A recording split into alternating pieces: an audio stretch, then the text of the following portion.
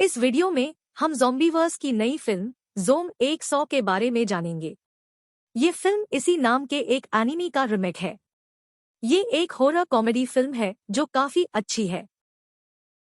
इस फिल्म की शुरुआत अकीरा टेंडो नाम के एक दौड़ते हुए व्यक्ति के साथ होती है, जिसका पीछा ज़ॉम्बीज का एक झुंड करता है। दौड़ते समय उसके दिमाग में केवल एक ही बात चलती है कि उसे काम पर देर हो जाती है। एक साल पहले वो एक खुश युवक था जो एक अद्भुत कंपनी में काम करने के लिए उत्साहित था।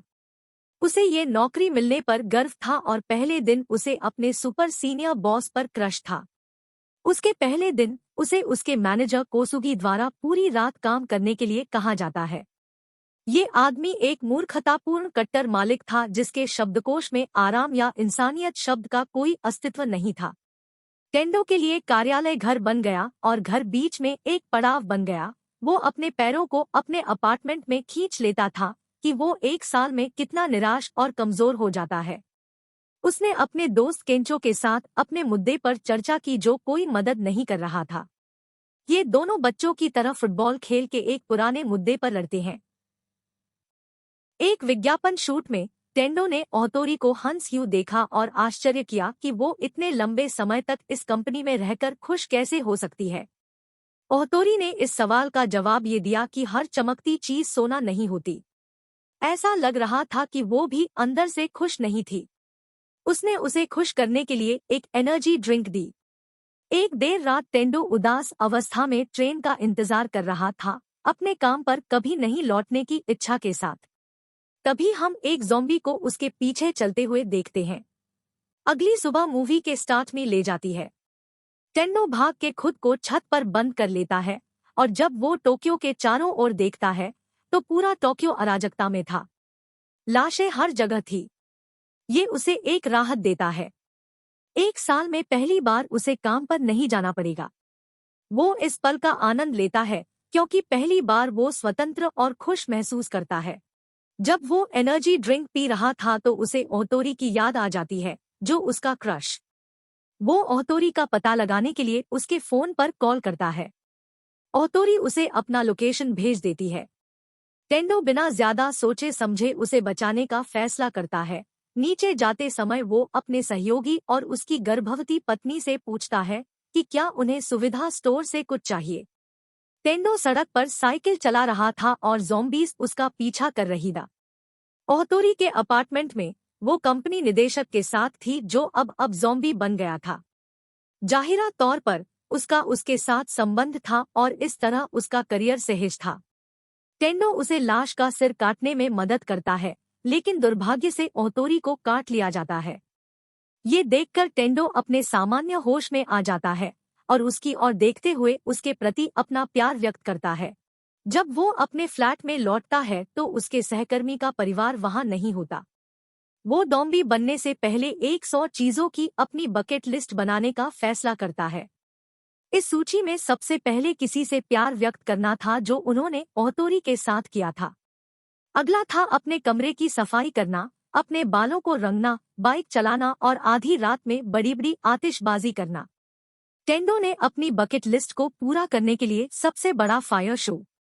वो एक विशाल दीवार पर अपने स्वयं के चित्र का पेंट भी करता है। पहले 5 दिनों के लिए वो जीवन का आनंद लेता है जैसे कल नहीं। उसका सामना शिजुका नाम की एक लड़की से होता है जो एक सुविधा दुकान में उसकी जान बचाती है। वो ज़ॉम्बी से काफी अच्छी लड़ाई कर पाती है। उसने टेंडो के साथ रहने से इनकार कर दिया क्योंकि उसे लगा कि वह अपने दम पर जीवित रहने में सक्षम है। केंचो के साथ अपनी एक पुरानी तस्वीर देखने के बाद टेंडो उसके साथ चीजों को पैच करने का फैसला करता है और उसे अपनी बकेट लिस्ट में अगली वस्तु के रूप में बचाते हुए लिखता है। केंचो एक प्रेम होटल में फंस गया था और उसके प्रेमी को ज़ॉम्बी में बदल दिया गया था। टेंडो अपने एथलीट की पोशाक में कूदने वाले लाशों से बचकर एक चोरी की बाइक में उस स्थान पर जाता है। वो एक पोर्टेबल स्पीकर अपना रास्ता बनाता है। जैसे जैसे लाशें ध्वनि की ओर बढ़ती हैं, ध्वनि का उपयोग ज़ॉम्बीज को विचलित करने के लिए किया जा सकता है। टेंडो अंत में उस होटल में केंचो को पाता है और उसे बचाता है। ये दोनों खुद को होटल के रेस्तरां में बंद कर देते हैं और स्वादिष्ट भोजन का आनंद लेते हैं। केंचो माफी मांगता है और अपनी जान बचाने के लिए उसे धन्यवाद देता है। छठे दिन ये दोनों सोशल मीडिया देखते हैं, जहां स्थिति अभी भी गंभीर थी। टेंडो को राष्ट्रीय मछलीघर केंद्र में जाने का विचार था क्योंकि वहां ऐसे सूट्स थे जो शार्क के काटने का सामना कर सकते थे। यदि यह शार्क के काटने का सामना कर सकता है, तो यह निश्चित रूप से ज़ोंबी के काटने का सामना कर सकता है। इसके अलावा वहां मछली के रूप में बहुत सारा भोजन था। ये दोनों आपूर्ति के साथ वहां जाने के लिए सहमत हो जाते हैं। एक मेगा मार्ट के पास टेंडो एक कैंपिंग वैन देखता है। एक कैंपिंग वैन में लॉन्ग ड्राइव पर जाना उनकी बकेट लिस्ट में था।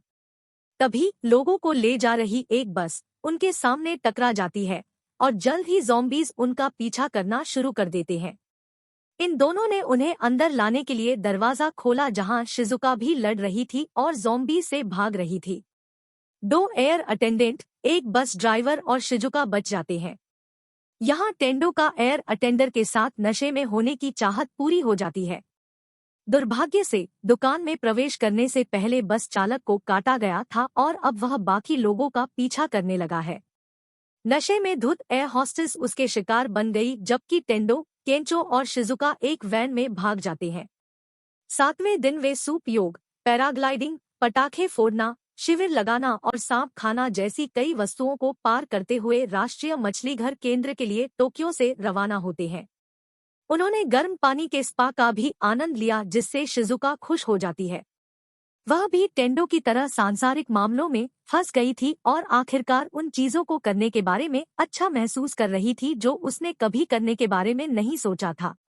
उसने अपनी जान बचाने के लिए टेंडो को धन्यवाद दिया। टेंडो ने सूची में एक और आइटम बनाया कि वो सुपर हीरो सभी को बचाएगा। एक सप्ताह के बाद जब ये लोग राष्ट्रीय मछलीघर केंद्र पहुंचने वाले होते हैं, तभी वैन के पहियों को सड़क पर स्पाइक से पंचर कर दिया गया, जिससे ये एक्सीडेंट में बेहोश हो जाते हैं। जब टेंडो की आंखें खुलती है तो उसका शोषक मालिक कोसुगी उसे देख रहा होता है। कोसुगी और उसके लोग एक शूट के लिए मछली घर आए थे, तब बाहर सब ज़ॉम्बीज बन गए थे। उन्होंने तुरंत क्षेत्र को सील कर दिया और इसे नियंत्रण में ले लिया। एक बार मछली घर में आश्रय की खबर आई तो अधिक से अधिक लोग आए और कोसुगी ने उनका शोषण किया। कोसुगी उन्हें भोजन और सुरक्षा के लिए काम कराता है। केंचो, शिजुका और यहाँ तक कि अपनी गर्भवती पत्नी के साथ टेंडो के सहयोगी भी यहाँ थे। कोसुगी ने टेंडो को अपनी सुरक्षा प्रणाली दिखाई, जहां घुसपैठियों को दूर रखने के साथ साथ अंदर के लोगों को भागने से रोकने के लिए ज़ॉम्बी से भरा एक बाढ़ वाला क्षेत्र था। वे आपूर्ति ट्रकों को अनुमति देते हुए लाशों को विचलित करने के लिए लाउडस्पीकरों का उपयोग करते थे। सिस्टम पिछले 2 हफ्तों से काम कर रहा था। यहाँ कोसुगी ने एक बार फिर टेंडो को यहाँ अपने स्थान के लिए एक गुलाम की तरह काम कराया और टेंडो शिकायत नहीं कर रहा था। उसकी मानसिकता पहले की तरह बदल गई क्योंकि उसने अपने भाग्य को स्वीकार कर लिया था।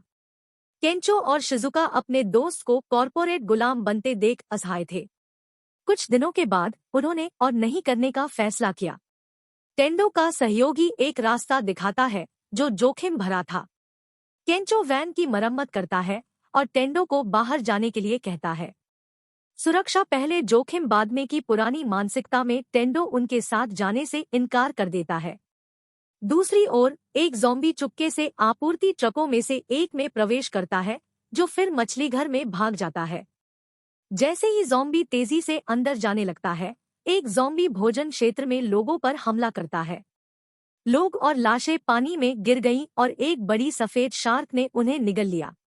शिजुका ने टेंडो की पूरी सूची पढ़ी और उसे याद दिलाने का फैसला किया कि वास्तव में जीवन जीने का क्या मतलब है। सूची दिखाकर वह कहती है कि अभी और 80 काम करने हैं और वह इसे जाने नहीं दे सकता। जोखिम और सुरक्षा, तनाव और राहत, काम और जीवन के बीच संतुलन होना चाहिए, अन्यथा मनुष्यों और लाशों के बीच कोई अंतर नहीं होगा। टेंडो को उसकी बात समझ में आ गई। कोसुगी ने उसके हाथ से डायरी छीन ली और उसे रौंद दिया। वह भौंकने लगा। उसने टेंडो को काम के लिए बाहर जाने का आदेश दिया, पर टेंडो ने अपनी डेयरी वापस ले ली और नौकरी के लिए उसे बहुत विनम्रता से धन्यवाद दिया। आखिरकार वह नौकरी छोड़ देता है। तभी सुरक्षा का उल्लंघन करने वाले लाशें इन लोगों की ओर भागने लगी। हर कोई अपने जीवन के लिए भागता है। कोसुगी अपने वफादार लोगों को पीछे छोड़कर बचने वाला पहला व्यक्ति था। खाने के कमरे में छिपते हुए केंचो उसे पीटता है। जल्द ही एक विशाल सफेद ज़ॉम्बी शार्क पानी से बाहर निकलती है, जिसने पहले कई लाशों को खा लिया था। कई मानव पैर इससे बाहर निकलते हैं, जिसका अर्थ है कि यह एक मानव ज़ॉम्बी के ऊपर एक ज़ॉम्बी शार्क के हाइब्रिड की तरह है। जल्द ही यहाँ एक बिल्ली और चूहे की स्थिति पैदा हो जाती है, जिससे लोग उससे छिप जाते हैं। टेंडो को आखिरकार अपना शार्करोधी सूट मिल जाता है और वह कोसुगी की जान बचाने का फैसला करता है। वह अपने नंगे हाथ से शार्क से लड़ता है और केंचो भी मदद करता है। अंत में शिजुका ने शार्क को बिजली का झटका देने की योजना बनाई। वह श्रृंखला में एक बैटरी में शामिल हो गई और केंचो से इसे टेंडो को फेंकने के लिए कहा। शार्क में विद्युत ग्रहण क्षमता होती है। उनके मस्तिष्क में एक संवेदनशील हिस्सा जिसे बिजली का झटका लगने पर किया जाता है। क्योंकि टेंडो का सूट बिजली का संचालन कर सकता है, इसलिए उनके लिए एक छोटा सा झटका घातक होगा। जैसे ही टेंडो झटका देता है, शार्क फिर से मर जाती है। यहाँ यह नाटकीय रूप से दिखाया गया है और मुझे यकीन नहीं है कि यह एक ज़ॉम्बी शार्क के लिए कैसे काम करता है, जो पहले से ही मृत है। हमें सभी ज़ॉम्बी फिल्मों में लॉजिक या तर्क को नजरअंदाज करना चाहिए। अंत में जीवित लोग अच्छे के लिए इस जगह को छोड़ने के लिए तैयार थे और हम कोसुगी को बाहर आते हुए देखते हैं। इस बार कोई उसकी मदद नहीं कर रहा है। टेंडो, केंचो और शिजुका अगले सुरक्षित स्थान पर जाते हैं, जहां वे बकेट लिस्ट में अपनी और इच्छा लिखते हैं। इसी के साथ फिल्म का अंत हो जाता है। इस फिल्म की बड़ी तस्वीर यह है कि जापान और अन्य एशियाई देशों में कार्य संस्कृति कितनी गलत है। हमने इसे कई यूट्यूब वीडियो, वृत्तचित्रों और समाचारों में देखा है, जिन्हें यहाँ टेंडो को अपने डेस्क पर दोपहर का भोजन करते हुए, कार्यालय के बाथरूम में अपने बाल धोते हुए और ज़ॉम्बी की तरह अपने फ्लैट में आते हुए देखा जा सकता है। यह आज के जापान में एक बहुत ही गंभीर मुद्दा है, जो जनसंख्या क्षरण का कारण बन रहा है। युवा जोड़े बच्चे पैदा नहीं करना चाहते क्योंकि उनके पास उनके के लिए समय नहीं है। निर्देशक युसुके इशिदा इस असहायता को यहाँ शानदार ढंग से दर्शाते हैं। यह हॉरर कॉमेडी फिल्म है, लेकिन यह अच्छी है। अगर आपको यह रिकैप वीडियो पसंद आया तो कृपया इसे लाइक करें और चैनल को सब्सक्राइब करें। देखने के लिए धन्यवाद।